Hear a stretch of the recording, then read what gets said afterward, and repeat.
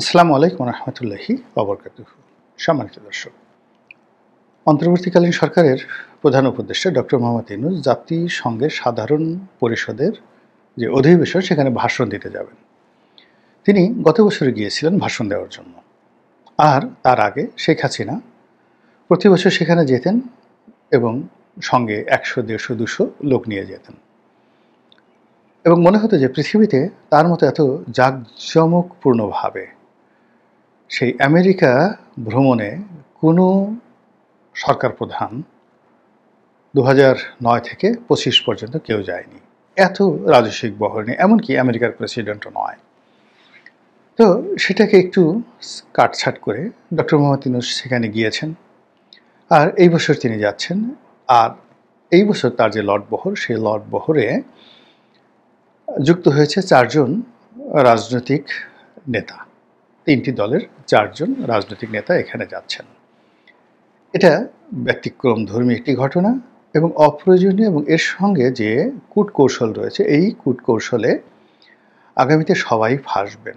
এই বিষয়গুলো নিয়ে আলোচনা করব। তার আগে আমি যেটা ব্যক্তিগতভাবে বলে নিই, জাতিসংঘের যে গুরুত্ব এই মুহূর্তে, এটা মনে হচ্ছে যে ইউরোপ এবং আমেরিকার যে এজেন্ডা গরিব দেশগুলোর উপর প্রতিষ্ঠা করার জন্য যে একটা কূটচাল, এই কূটচাল প্রতিষ্ঠা করার একটা হাতিয়ার। এবং জাতিসংঘকে বলা হচ্ছে এই মুহূর্তে একটা শ্বেতহস্তি, এটার কোনো দরকার নেই। এটি শুধুমাত্র ধনীদেরকে আরও ধনী বানানো, প্রভাবশালী রাষ্ট্রকে দরিদ্র রাষ্ট্রগুলোকে দুমড়ে মুচড়ে শেষ করে দেওয়ার একটা হাতিয়ার ছাড়া আর কিছু নয়। এজন্য একটা সময় এই জাতিসংঘকে চ্যালেঞ্জ জানিয়ে কাউন্টার একটা অর্গানাইজেশন হয়েছিল, জোট নিরপেক্ষ আন্দোলন। মানে সারা দুনিয়াতে এটা যাকে বলে একটা বিরাট যাকে বলে আলোড়ন তৈরি করে ফেলেছিল, এবং এটা জাতিসংঘের চেয়ে এটা গুরুত্বপূর্ণ হয়ে পড়েছিল। পরবর্তীতে মার্কিন সাম্রাজ্যবাদের চাপে এই জোট নিরপেক্ষ আন্দোলনটি আর টিকতে পারেনি। তো যা হোক, এখন এই জাতিসংঘর বিভিন্ন প্রতিষ্ঠান, তাদের যে মানবাধিকার সংগঠন, তাদের ওয়ার্ল্ড হেলথ অর্গানাইজেশন, এরপর তাদের ইন্টারন্যাশনাল কোর্ট অফ জাস্টিস, নানা প্রতিষ্ঠান, হাজার হাজার অভিযোগ। তাদের ইন্টারন্যাশনাল কোর্ট অফ জাস্টিস, ইসরায়েলের যে প্রধানমন্ত্রী নেতানিয়াহু, তার একটা পশম টাচ করতে পারছে না। ডোনাল্ড ট্রাম্পের একটা পশম টাচ করতে পারছে না। অথচ তারা যদি চায়, এখন ডক্টর মোহাম্মদ ইউনূসকে, শেখ হাসিনাকে উইদিন ১ ঘন্টার মধ্যে বাংলাদেশ থেকে ধরে নিতে পারে। তো এরকম তারা ব্রিটিশ প্রধানমন্ত্রীকে কিছুই করতে পারবে না, কিন্তু তারা যদি ভানুয়াতুর প্রধানমন্ত্রীকে গ্রেপ্তার করতে চায়, ইন্টারন্যাশনাল কোর্ট অফ জাস্টিস দিয়ে তারা অনেক কিছু করতে পারে। তাদের একটা সেই আন্তর্জাতিক পরমাণু কমিশন রয়েছে।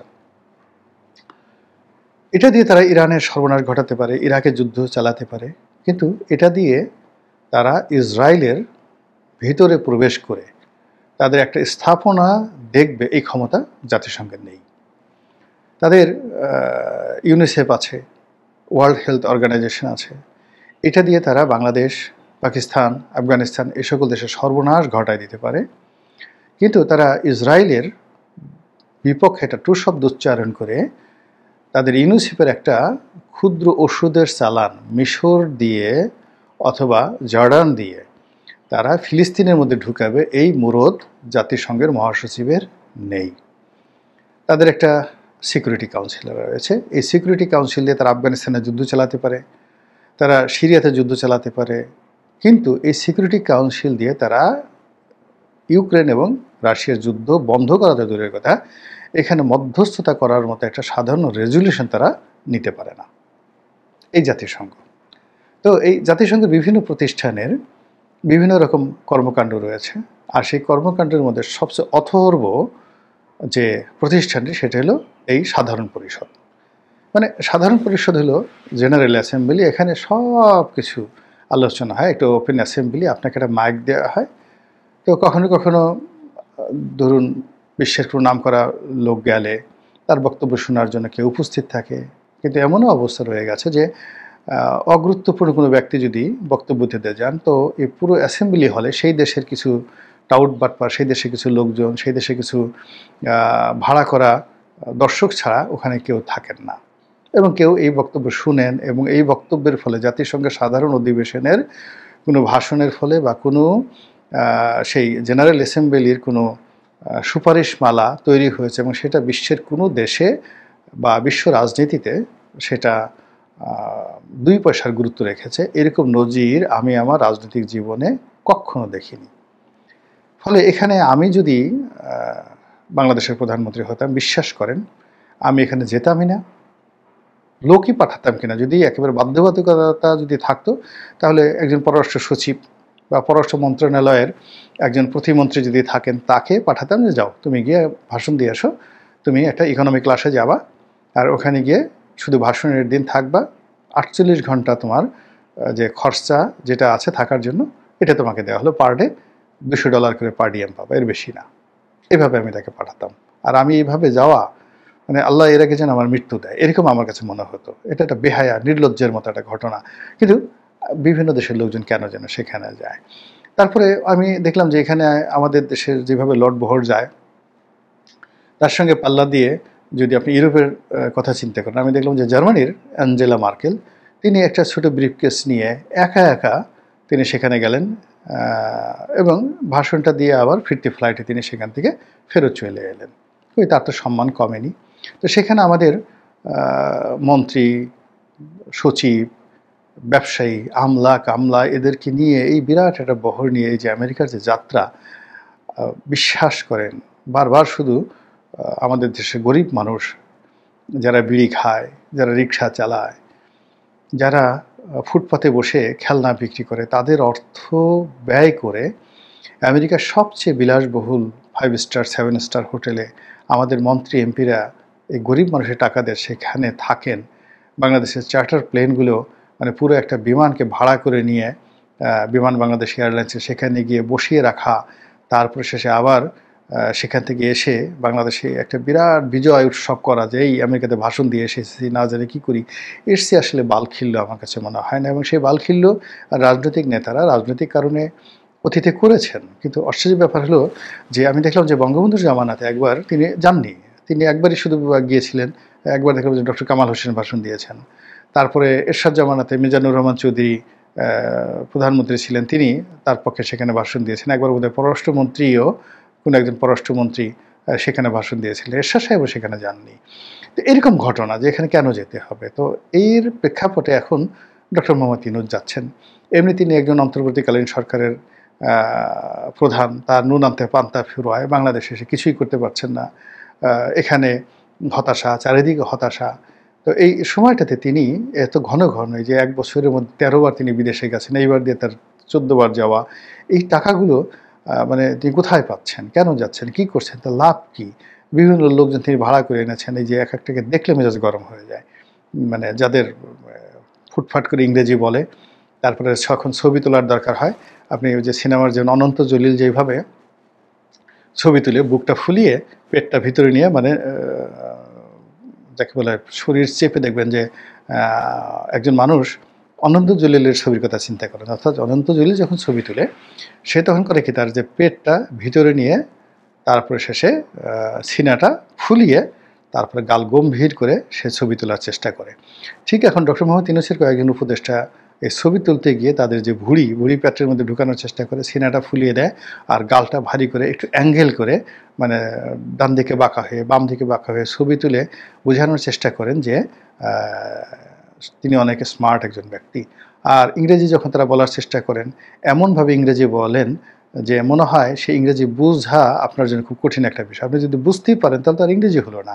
তো তাদের যে ইংরেজি, সেই ইংরেজি সহজ সরল ইংরেজি নয়, খুব কঠিন ইংরেজি। যেন তারা যে বিদেশে ছিলেন, ভালো ইংরেজি জানেন, কঠিন কঠিন শব্দ দিয়ে প্রচার করেন। তো এরকম কতগুলো যাকে বলা হয় মানে আমাদের এই সমাজে সাধারণভাবে চলাচল করেন না, এরকম কতগুলো মানুষকে নিয়ে তিনি ঘোরাফেরা করেন, এবং এদেরকে নিয়ে আবার তিনি আমেরিকাতে যাচ্ছেন সেই ব্যবসা বাণিজ্য কী করবেন না করবেন, কি ভাষণ দেবেন না দেবেন এজন্য। আর তার এই যে এই যাওয়ার সময়টাতে তিনি আবার করেছেন কি, এই নজিরবিহীনভাবে রাজনৈতিক দল থেকে 4 জন লোক নিলেন। এখন তিনি 70টি রাজনৈতিক দল বা 75টি রাজনৈতিক দলের সাথে বৈঠক করছেন। তো তার যদি নেওয়ার ইচ্ছা থাকতো, সব দল থেকে তিনি একজন করে নিয়ে যেতেন। টাকা সরকারি টাকা, দরিয়ায় ঢালো, অসুবিধা তো নেই, আল্লাহর মাল দরিয়ায় ঢালো, অসুবিধা নেই। তো তিনি তা না করে ৩টি দল থেকে নিয়ে গেলেন কেন? এটা একটা কেওয়াস সৃষ্টি করলো। দ্বিতীয়ত হলো যে ওখানে আওয়ামী লীগ সিন ক্রিয়েট করবে, এতে কোনো সন্দেহ নাই। গত বছর করেছিল এবং এবছর যেহেতু তারা পাত্তা পেয়ে গেছে, গত বছর তাদের যে সিন ক্রিয়েট করার ক্ষমতা তার চেয়ে এখন এবার ১০০০ গুণ বৃদ্ধি পেয়েছে। লন্ডনে মাহফুজের সাথে যা করা হয়েছে, আমেরিকাতে মাহফুজের সাথে যা করা হয়েছে, তারপরে আসিফ নজরুলের সাথে যা করা হয়েছে, ডক্টর মোহাম্মদ ইউনূসের সঙ্গে করা হয়েছে, এইবার একেবারে সুদে আসলে অতীতে যা কিছু করা হয়েছে এটাকে আরও ৩ গুণ ৪ গুণ মাল্টিপল করে তারা সমস্ত ইউরোপ থেকে, আমেরিকা থেকে লোকজন এনে এখানে রীতিমতো একটা উৎসব, ডিম উৎসব পালন করবে। কত ডিম মারা যায়, কত কুশপুত্তলিকে দাহ করা যায়, রাস্তায় রাস্তায় কত রকম মানে ছবি টানিয়ে, বিলবোর্ড টানিয়ে সেইগুলোকে মানে নানা রকম কাচিকুচি করে, তারপরে সে পচা ডিম মেরে, তারপরে সেইগুলোকে নিয়ে নাটক তৈরি করে, মানে এগুলো আমেরিকাতে হলো কি আপনার গণতন্ত্রের চর্চা করার জন্য, ব্যঙ্গ বিদ্রুপ করার জন্য নানা রকম সেখানে বৈধ উপকরণ রয়েছে। যেমন দেখা গেল একবার ডোনাল্ড ট্রাম্পের যখন প্রেসিডেন্ট লাস্টবার, তাকে উলঙ্গ করে, একেবারে সম্পূর্ণ উলঙ্গ করে একটা মূর্তি বানানো হলো as it is Donald Trump. আর পেছন দিক থেকে সেটা যখন যাচ্ছিল, একেবারে তিনি আমাদের গ্রামে যেমন রাস্তার পাশে দাঁড়িয়ে যেভাবে মানুষের মলমূত্র ত্যাগ করে, তো ওইভাবে ডোনাল্ড ট্রাম্প বসে আছেন, একটা ছবি মানে একটা মূর্তি তৈরি করা হয়েছে ফোমের, আর মানুষজন তার পশ্চাৎ দেশে শুধু লাথি মেরে যাচ্ছে এবং এটা আমেরিকার সমাজে বৈধ। তো এখন জাতিসংঘর অফিসের সামনে, ডক্টর মোহাম্মদ ইউনূসের হোটেলের সামনে এই কাজগুলো আমেরিকাতে বসে যদি ও দেশের নিয়ম মেনে হাজার হাজার আওয়ামী লীগের লোকজন প্রতিদিন করে, আর সেই দৃশ্য যদি সোশ্যাল মিডিয়াতে ছড়িয়ে পড়ে, আপনি কী বলবেন বলেন তো? দূর থেকে বলবেন এই ধর ধর ধর। অথবা বাংলায় যে সমস্ত খুব গালাগালি রয়েছে, যেগুলো গালাগালি এই বট বাহিনী শিক্ষা দিচ্ছে আওয়ামী লীগের লোকজন এমনি তারা দুষ্ট, তাদের অসভ্যতামি নিয়ে জামাতের অনেক ক্ষোভ যে এদের মতো খারাপ কোনো লোক হয় না, কিন্তু এই খারাপ লোকদেরকে গালি শিখিয়ে দিয়েছে এই বট বাহিনী। তো এই বট বাহিনীর গালি, পিনাকির গালি, সেফায়েতুল্লাহর যে গালিগুলো আছে, সেই গালিগুলো বাংলায় দাঁড়িয়ে দাঁড়িয়ে যদি সেই আওয়ামী লীগের লোকজন দিতে থাকে, তো আমেরিকার লোকজন তো পুলিশ তো এই গালিগুলো বুঝতে পারবে না, তারা হাসবে, এই জিনিসগুলো হাসবে যে ও মাই গড কী গালি দিচ্ছে, কত সুন্দর, সো নাইস, হ্যাঁ এত সুন্দরভাবে গালি দেওয়া যায়। আমেরিকাতে গালি, ইংরেজিতে গালি তো ২-৩টা, আর বাংলায় তো গালি ২-৩ হাজার গালি রয়েছে। এই ২-৩ জায়গা যে কাউকে যদি বলে এই তেলাপোকার বাচ্চা তেলাপোকা, এই মানে ইঁদুরের বাচ্চা ইঁদুর, এই বান্দরের বাচ্চা বান্দর, তো এই ধরনের কথাবার্তা আমাদের বাংলাদেশে হয়, কিন্তু ইংল্যান্ডে কিন্তু এই ধরনের কথাবার্তা হয় না, বা আমেরিকাতে এই ধরনের গালি হয় না। বা অশ্লীল, অমুকের পুত্র অমুক, অমুকের ছেলে অমুক, অমুক অমুক, একজনের নাম দিয়ে দিল অমুক অমুক, বাজে যত রকম বাজে জিনিস আছে, সেই বাজে জিনিসগুলো এখন যেহেতু এই সামাজিক মাধ্যমের কল্যাণে আওয়ামী লীগের লোকজন তারা শিখে গেছে এই গালিগুলো। তারপর গালিগুলোর সাথে সাথে আবার অঙ্গভঙ্গি, দূর থেকে যদি অঙ্গভঙ্গি করা হয়, যেটা আমেরিকান পুলিশ বুঝবে না, আমেরিকার আইনেও এটা ধরতে পারবে না, কিন্তু বাংলাদেশের লোকজন বুঝবে যে কি করা যায়। হাতের এক হাতের ২-৩টা আঙ্গুল ঠিক করে সেটাকে যদি আপনি পশ্চাৎ দেশ বানান, কারো ২টা আঙ্গুল ঠিক করে পশ্চাৎ দেশ বানান, আর একটা আঙ্গুল আপনি যদি আবার সেই পশ্চাৎ দেশের মধ্যে ঢুকিয়ে দেন, যেটা পিনাকি অহরহ করে। তো এরকম জিনিসগুলো যদি সেই মানে এয়ারপোর্টে করা হয়, এইসব জিনিসগুলো যদি হোটেলের সামনে করা হয়, যে কদিন অধিবেশন চলবে সেই সময়টাতে করা হয়, তাহলে বোঝার চেষ্টা করুন যে পরিস্থিতি কেমন হবে। আর এই ঘটনার সাথে জামাতের লোক যখন থাকবে, বিএনপির লোকজন থাকবে, তারাও তো এই অপমানগুলো তাদেরকে ভাগ করে নিতে হবে, কারণ তারাও তো সফরসঙ্গী। এবং এখানে যারা যাবে তাদেরকে উদ্দেশ্য করে যদি এখন ইতিমধ্যে বলা হচ্ছে এরা সবাই ডক্টর মোহাম্মদ ইউনূসের বডিগার্ড হিসেবে যাচ্ছে, কেউ তাবেদার হিসেবে যাচ্ছে, কেউ দালাল হিসেবে যাচ্ছে, দলের মধ্যেও নানা রকম যে ওনাকে নেওয়া হলো কেন, আমি কি তার চেয়ে কম গুরুত্বপূর্ণ, আমাকে কেন নেওয়া হচ্ছে না। তো এই পুরো বিষয়টা আমার কাছে মনে হচ্ছে এই সময়টাতে দরকার ছিল না, এই সময়টাতে ওনার বিদেশে যাওয়াই দরকার ছিল না। বাংলাদেশে থেকে নির্বাচনটা যত সুন্দর করা যায়, সুষ্ঠু করা যায়, সরকারের কাজে গতি আনা যায়, বাংলাদেশে দুটো পয়সা বাঁচানো যায়, যতটা সম্ভব জনগণের সাথে সম্পৃক্ত থাকা যায়, এগুলো না করে এইরকম ঝামেলা বাঁধাতে তিনি কেন যাচ্ছেন, এটা আমার বোধগম্য হচ্ছে না। অথবা এই সময়টিতে কেন আওয়ামী লীগকে একটা সুযোগ করে দেওয়া হচ্ছে যে আসো আসো আসো আমাদেরকে গালি দাও, আসো আসো আসো আমাদেরকে লক্ষ্য করে অশ্লীল নৃত্য করো, আসো আসো আসো আমরা আসছি, আমাদেরকে দেখতে আসো, আমাদেরকে বরণ করে নাও, তোমাদের যেভাবে ইচ্ছা সেভাবে বরণ করে নাও, আসো আসো আসো আমরা অনেক দিন যাবত ডিম খাই না, আমাদেরকে ডিম খাওয়াও, এরকম করো, আমরা তো তোমাদের এই ডিম খাওয়ার জন্য বসে আছি। It's a provoke. এই জিনিসগুলো কী দরকার ছিল? কাজেই সবাই এই যে উনি যাওয়ার জন্য অনেক দিন যাবৎ আমাদের দেশে বিনোদন হয় না, মানুষের মনে অনেক দুঃখ কষ্ট। ফলে এই সমস্ত আওয়ামী লীগের যে তাদের যে লঙ্কাকাণ্ড তারা লন্ডনে করেছে ইউনূসের সময়, ইউনূসের ভিজিটের সময়, মাহফুজের ভিজিটের সময়, তো এই জিনিসগুলো বা আসিফ নজরুলের সাথে সুইজারল্যান্ডে এয়ারপোর্টে যে ধরনের ঘটনা ঘটা হয়েছে, এগুলো মানুষ কোটি কোটি মানুষ দেখেছে এবং মনে হয়েছে যে এর চাইতে উত্তম সুচিত্রা বলেন, তারপর শেষে মধুবালা, দিলীপ কুমার বলেন, তারপরে রাজকুমার বা রাজেন্দ্র কুমার, মধুবালার দৃশ্য বলেন, মানে সব ফেল, মীনা কুমারীর দৃশ্য ফেল, পাখিজার সেই দৃশ্য ফেল। এমন হয় যে এই যে তারা যে অপদস্থ হচ্ছে এগুলো মানুষ খুব পছন্দ করছে এবং এগুলো মানুষের মনের মধ্যে যে নেতিবাচক ক্রিয়া প্রতিক্রিয়া তৈরি হচ্ছে, ওই দৃশ্য নিয়ে তারা আবার বাংলাদেশে কোন মুখে আসবেন, এসে আবার কোন মুখে বড় কথা বলবেন, এটা আমি বুঝতে পারি না। মহান আল্লাহ আমাদের সবাইকে হেদায়েত দান করুন এবং হেফাজত করুন। আসসালামু আলাইকুম ওয়া রাহমাতুল্লাহি ওয়া বারাকাতুহু।